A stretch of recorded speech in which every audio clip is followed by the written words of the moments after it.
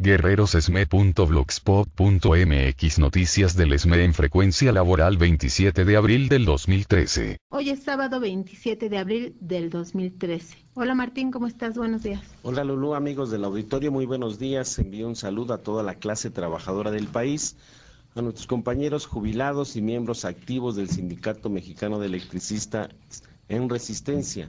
Martín, platícanos, ¿cómo te fue en la caravana por el derecho y la justicia del trabajador? Bueno, primero quiero mencionarles que en todo el recorrido que se hizo, a partir del día miércoles 17, con un mitin frente a la Suprema Corte de Justicia de la Nación, fue muy emotivo. Trabajadores, jubilados, familias, usuarios, dirigentes de organizaciones que dieron el banderazo de salida, nos permite entonces hacer todo un trayecto para llegar hasta el puente número 1 de Nuevo Laredo, Tamaulipas, hasta el último centímetro de nuestro territorio o donde empieza el territorio de allá para acá. En todo el recorrido encontramos el mismo problema: la falta de empleos, el abuso de los gobiernos estatales, municipales, federales en contra de los trabajadores, los propios patrones violando sistemáticamente la Ley Federal del Trabajo para despedir a los trabajadores, represión. Es imposible que en los estados haya sindicatos autónomos, o sea, casi imposible por toda la represión y el control de la CTM, el Congreso del Trabajo, de manera sistemática. Logramos visibilizar y obtener denuncias de movimientos ciudadanos donde se quejan que cuando los presidentes municipales se les pide que les apoyen con los servicios básicos como es el drenaje, el agua, o hacen alguna protesta para reclamar estos servicios, son encarcelados, son perseguidos. En Ecatepec es uno de los municipios donde más criminalización a la protesta social logramos recabar. Incluso las compañías contratistas de la CFE están resguardadas por policía estatal y municipal para hacer cortes de energía eléctrica de manera masiva. En el estado de Hidalgo no se diga, colonias completas que están amenazadas por contratistas, por policías federales, y ahí el control de los medios de comunicación es impresionante en el Estado de México, en el Estado de Hidalgo. Y florecen las escuelas privadas en todos los niveles en estos estados. Logramos tener dos foros, uno en el CENIES, que es una comunidad universitaria privada, en la Facultad de Derecho. Y los jóvenes decían: si es que la televisión dice otra cosa, cuando les explicamos y les dejamos lo actuado.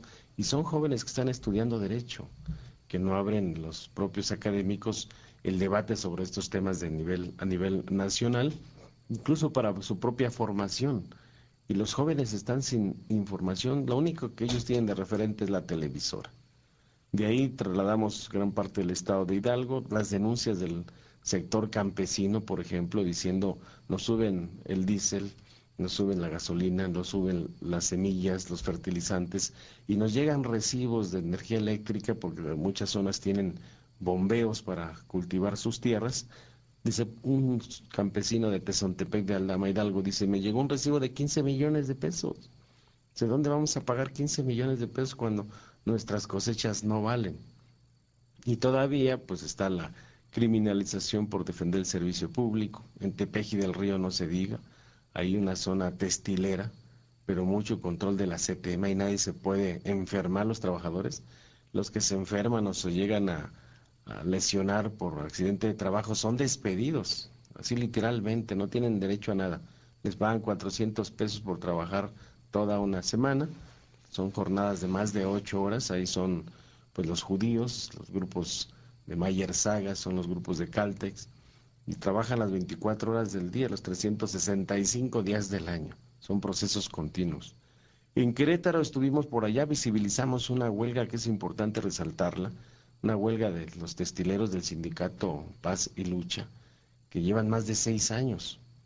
140 trabajadores de una empresa textilera muy importante. La empresa se declaró en quiebra y no pagaban las cuotas patronales al Seguro Social, al Infonavit, y ahí se les murió una trabajadora en la Resistencia. Siguen en el plantón enfrente de la empresa, ganaron ya los laudos ante las juntas y tribunales, les iban a entregar ya las propiedades de la empresa como a cambio de sus indemnizaciones, y entró el SAT como tercero perjudicado a meterse a litigio. Dice, no les puedes entregar porque el empresario me debe a mí, cuando sabemos que cuando hay un litigio obrero patronal, pues al final a los primeros que se les indemniza son a los trabajadores, no al No al gobierno. gobierno. Y es una junta federal. Y ahí están los compañeros dando la pelea. Todo, pues no se ha visibilizado mucho esta lucha. Han entrado los jóvenes estudiantes a hacerles algunos documentales, tuvimos oportunidad de verlos, de solidarizarnos, y quedamos de regresar y les pasé los datos de frecuencia laboral, pues para que si no pueden venir hasta acá a través de la vía telefónica puedan pues denunciar este tipo de aberraciones jurídicas por parte de las autoridades en materia laboral.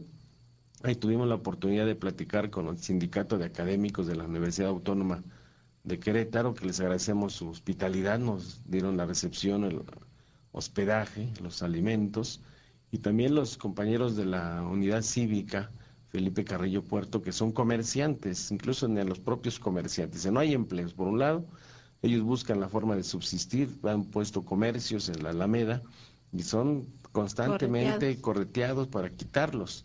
Y eso es una constante en todo el país, ¿eh? De ahí lo que estuvimos en San Luis Potosí, ahí hay un buen movimiento de lucha de los trabajadores. Ahí están los despedidos de la vidriera de Potosí que están luchando, llevan más de 5 años, son 35 compañeros. También otro caso que vimos son de los de General Tire.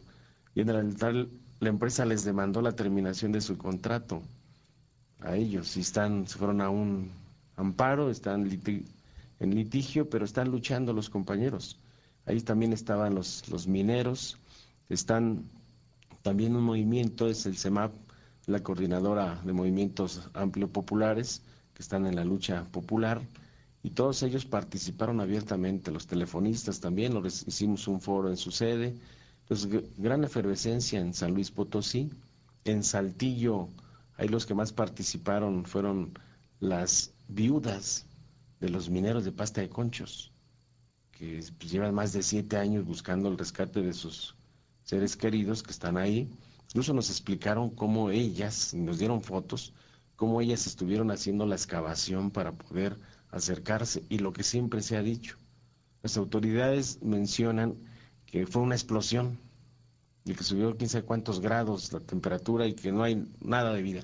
Cuando nos muestran las fotos, empezaron a hacer excavación, no hubo ninguna explosión. O sea, se colapsó una parte de la mina, quedaron atrapados los mineros, incluso lograron salir 3 todavía de los que estaban ahí, y llegaron, y entonces no quisieron rescatar porque se iba a demostrar las condiciones de inseguridad y higiene en las minas, se iba a demostrar el crimen industrial por producto de estos señores de Germán Larrea, y estaban a punto de llegar a donde estaban los cuerpos cuando hubo un desalojo violento por parte de la autoridad del Estado con policías, y llegaron y rellenaron lo que ya llevaban excavado, incluso con concreto.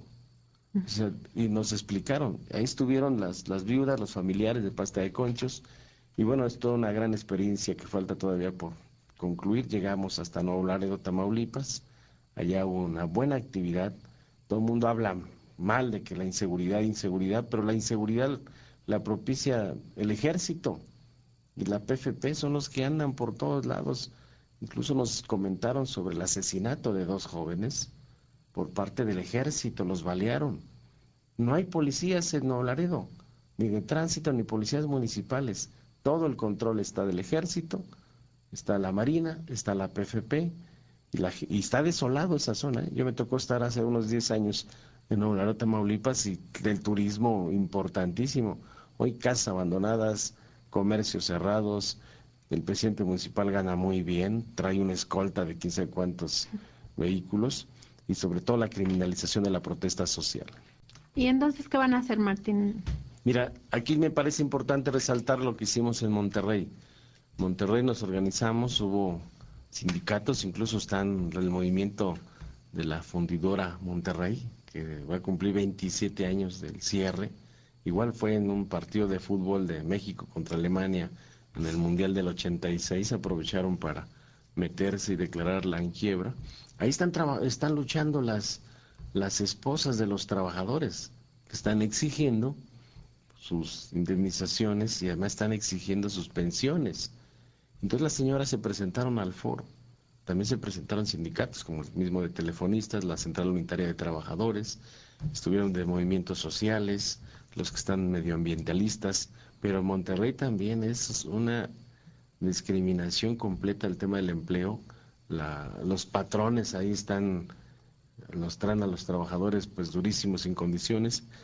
Y esto es el preámbulo, esta caravana por el derecho y la justicia del trabajador, es alertar a los mexicanos sobre que la Suprema Corte de Justicia de la Nación, en un desvío de poder, hoy sepulta los derechos de los trabajadores, no nada más de los electricistas, sino de todos los trabajadores en el país, porque el objetivo es despojarnos del derecho al empleo digno, a la vida digna, el derecho a la contratación colectiva, a que los trabajadores podamos coaligarnos en un sindicato. Es el objetivo de estos gobiernos y es el preámbulo para interponer nuestra petición a la Comisión Interamericana de Derechos Humanos, donde vamos a demandar al Estado mexicano, a Felipe Calderón, a todos sus secuaces que estuvieron en el gabinete, a los 11 ministros de la Suprema Corte.